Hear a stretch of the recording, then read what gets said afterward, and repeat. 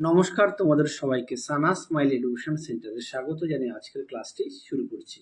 আজকে তোমাদের সঙ্গে আলোচনা করব তোমরা যারা অষ্টম শ্রেণীর সেকেন্ড ইউনিট টেস্ট পরীক্ষা দেবে তোমাদের জন্য রায় ও মার্টিন প্রশ্ন বিচিত্র থেকে আজকে সমাধান করে দেখাবো অষ্টম শ্রেণীর ইতিহাস বিষয় মডেল নম্বর 8 অর্থাৎ 8 নম্বর স্কুলের যে সমস্ত ছোট ও বড় প্রশ্নগুলি আছে সমস্ত প্রশ্ন উত্তরের সমাধান করে দেখাবো। চলো দেরি না করে মূল বিষয়ে যাওয়া যাক।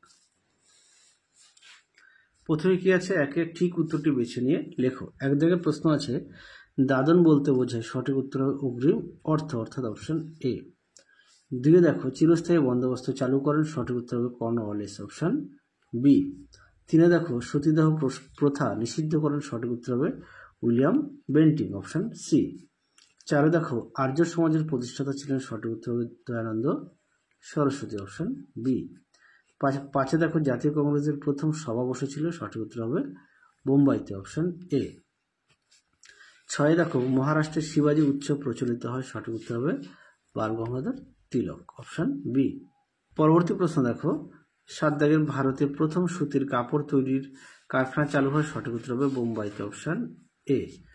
8 দেখো, আনন্দ মঠের রচয়িতা, সঠিক উত্তর হবে বঙ্কিমচন্দ্র চট্টোপাধ্যায় অপশন সি। 9 দেখো, ইনফিল্ড হলো এক ধরনের রাইফেল অপশন বি।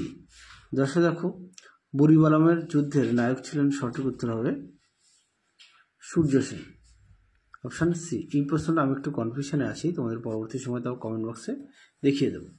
পরবর্তী দেখো, ক স্তম্ভের সঙ্গে খ স্তম্ভ মেলাও। একে কি আছে, সাঁওতাল বিদ্রোহ, এটা হবে 1855 সালে। 2 আছে রেলপথ নির্মাণ প্রকল্প শুরু, এটা হবে সি 1853। 3 আছে সুরাট অধিবেশন, এটা হবে ই 1907।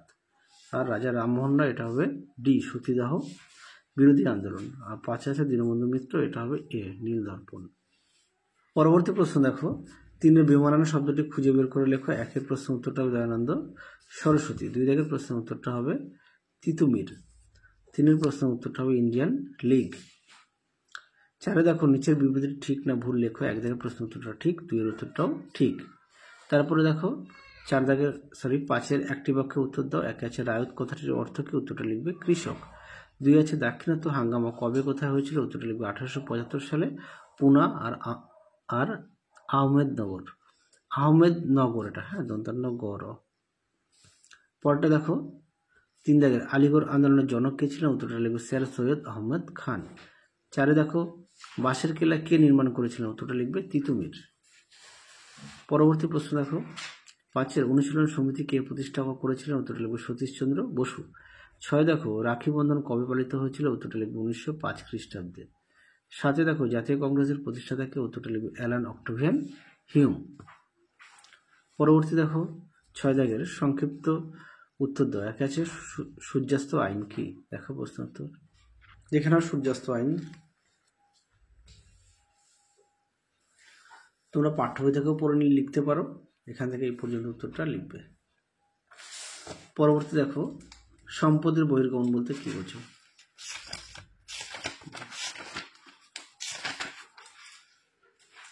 দেখে নাও প্রশ্ন উত্তরটি তোমরা এখান থেকে লিখবে।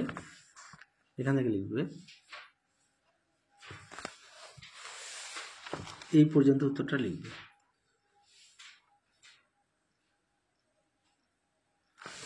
পরবর্তী প্রশ্ন দেখো, সতীদাহ প্রথা কি, দেখো উত্তরটি তোমরা এখান থেকে এই পর্যন্ত লিখবে।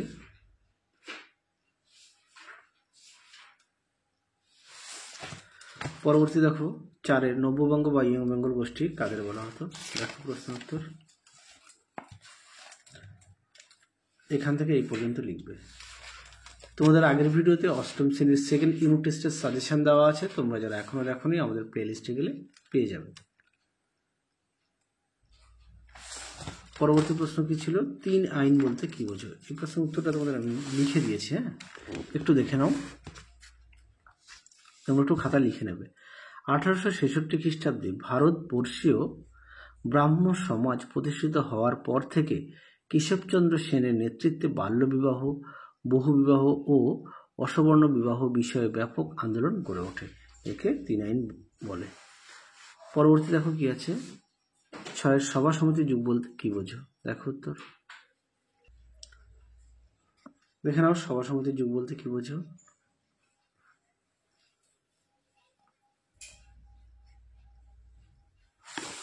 পরবর্তী দেখো, লাল বাল পাল কাদের বলা হয়?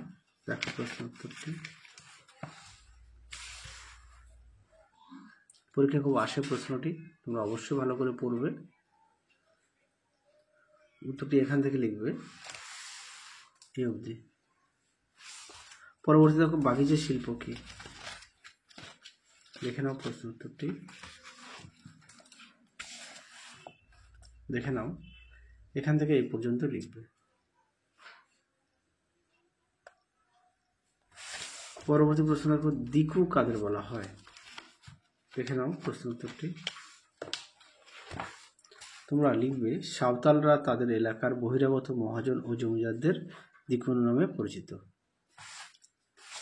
পরবর্তী দেখো কি আছে, 7 দাগের প্রশ্ন, নিচের যে কোনো একটি প্রশ্ন উত্তর দাও। প্রশ্ন মান হচ্ছে 3, বিধবা বিবাহ প্রচলন সম্পর্কে সংক্ষিপ্ত বর্ণনা দাও। দেখো উত্তর। দেখে নাও প্রশ্ন উত্তরটি, তোমরা এখান থেকে লিখবে, অবশ্যই পয়েন্ট দিয়ে লিখবে। দেখে নাও, গুরুত্ব দেবে, তারপরে পয়েন্ট করো বিধবা বিবাহ আইন গুরুত্ব।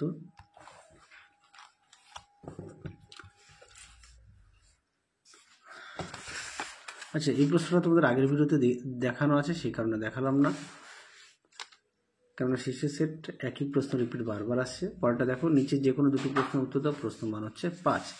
একে আছে চিরস্থায়ী বন্দোবস্তের সুফল ও কুফল কি ছিল? দেখো উত্তর।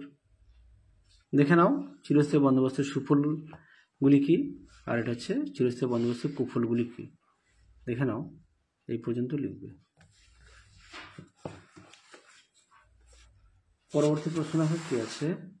আচ্ছা, এই প্রশ্নটা তোমাদের 2 নম্বর মডেল সেটে আমি দেখিয়ে দিয়েছি, উত্তরটা একটু দেখে নিও। হ্যাঁ, এই প্রশ্ন উত্তরটা 2 নম্বর মডেল সেটে দেখানো আছে, তোমরা একটু দেখে নিও। ওটা দেখো, বঙ্গভঙ্গের কারণ লেখো। দেখো প্রশ্ন উত্তর। দেখে নাও প্রশ্ন উত্তরটি, তোমরা এখান থেকে লিখবে, কারণটা দেখে নাও। দেখে নাও, সুন্দর করে দেওয়া আছে, তোমরা অবশ্যই পয়েন্ট দিয়ে লিখবে।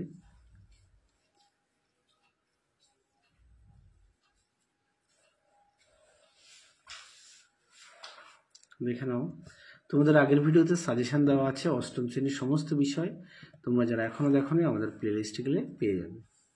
এই পর্যন্ত উত্তরটা লিখবে।